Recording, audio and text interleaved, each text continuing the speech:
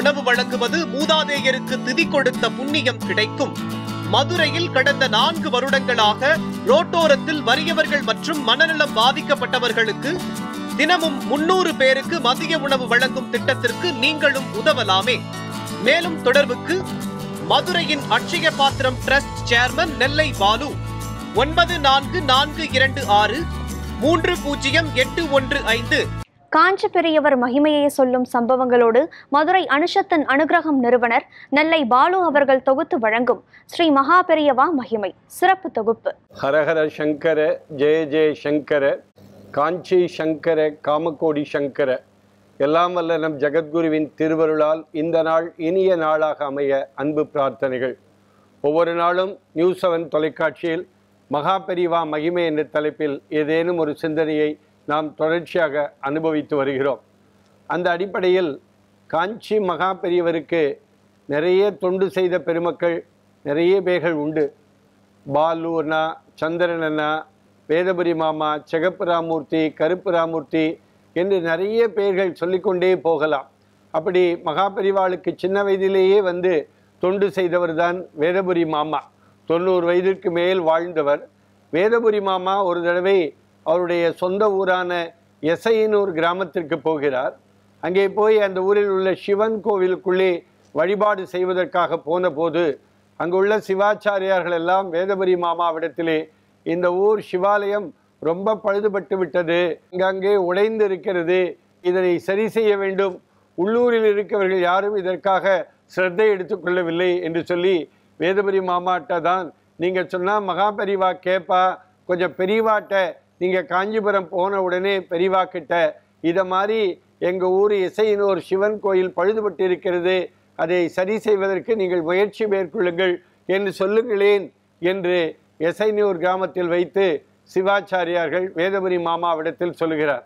வேதபுரி மாமா எப்படி நான் என் சொந்த ஊரில் உள்ள கோவிலை பற்றி பெரியவாட்ட போய் சொல்ல முடியும் என்று மனதுக்குள் நினைத்து கொண்டே அதுக்கு சற்று சிரமம் என்று சொல்லிக்கொண்டே காஞ்சிபுரத்துக்கு திரும்பி வருகிறார்.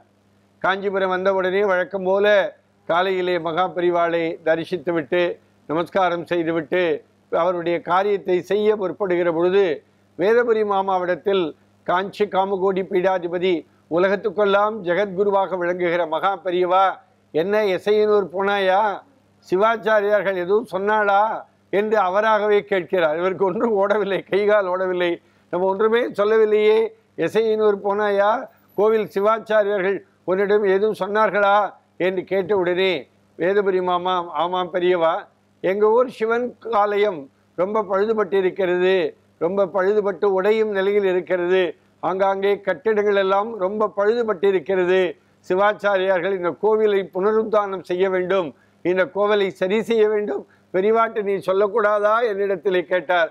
சொந்த ஊர் கோவிலை பற்றி உங்களிடத்திலே நான் எப்படி சொல்வது என்று சொல்லிவிட்டு வந்தேன் என்று சொல்லிவிட்டு பெரியவா உடனே என்ன செய்தார், ஒரு 2 போஸ்ட் கார்டு 2 எடுத்துட்டு வான்னு சொல்லி அந்த ஊரில் இருக்கிற 2 பெரிய மனுஷாளுக்கு, அந்த ஊர் பண்ணையார் 2 பேருக்குமே ஒரு லெட்டர் எழுது, இது மாதிரி சிவன் கோயில் பழுதுபட்டு இருக்கிறது, இந்த சிவன் கோயிலை சரி செய்ய வேண்டும், ஊரில் உள்ள அத்தனை பேரும் ஆளுக்கு ஒரு 10 ரூபாய் போட்டு இந்த கோவிலை சரி செய்ய வேண்டும் என்று எழுது என்று சொல்லி அப்படியே எழுதி அந்த தபால் அந்த ஊர் எசையனூர் பண்ணையாருக்கு அனுப்பப்படுகிறது. அதை பார்த்த உடனே 2 பேரும் இந்த ஊர்க்காரர்களெல்லாம் சரிவர ஒத்துழைக்கவில்லை என்று சிவாச்சாரியர்கள், உள்ளூர் பெருமக்கள் எல்லாம் ஒன்றுமே செய்வதில்லை என்று சொன்ன சிவாச்சாரியார் சொன்ன அந்த பண்ணையார்கள் 2 பேரும் மகா பெரியவாடத்திலிருந்து லெட்டர் வந்த உடனே ஓடோடி காஞ்சிபுரத்திற்கு வந்து பெரியவா நாங்கள் என்ன செய்ய வேண்டும், நீங்கள் என்ன சொன்னாலும் நாங்கள் செய்கிறோம் என்று சொல்லி அந்த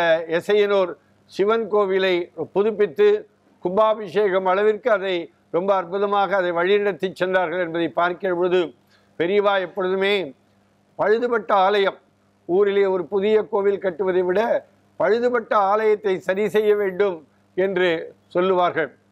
ஒரு வேளை உணவு கூட அந்த நைவேத்தியம் கூட இல்லாத கோவில்களுக்கு அரிசி தானம் செய்ய வேண்டும், விளக்கே எரியாத கோவில்களுக்கு விளக்கிற்கு எண்ணெய் கொடுக்க வேண்டும் என்றெல்லாம் அடிக்கடி சொல்லுகிற பெரியவர் அந்த நசீனூர் கிராமன் சிவன் கோவிலை, அதுவும் வேதபுரி மாமாவுடைய சொந்த ஊரான அந்த ஊர் சிவன் கோவிலை அற்புதமாக புனருத்தானம் செய்து அந்த கோவில் மற்ற கோவில்களை காட்டும் சிறப்புள்ள கோவிலாக மாற்றி காட்டினார் என்பதிலிருந்து மகிழ்ச்சியாக இருக்கிறது. ஹரஹர சங்கர, ஜெய ஜெய சங்கர, காஞ்சி சங்கர, காமகோடி சங்கர. எல்லாம் வல்ல நம் ஜெகத்குருவின் திருவருளால் இந்த நாள் இனிய நாளாக அமைய அன்பு பிரார்த்தனைகள். ராம் ராம். ஓம் ஸ்ரீ மகாபெரிவா திருவடிகளே சரணம்.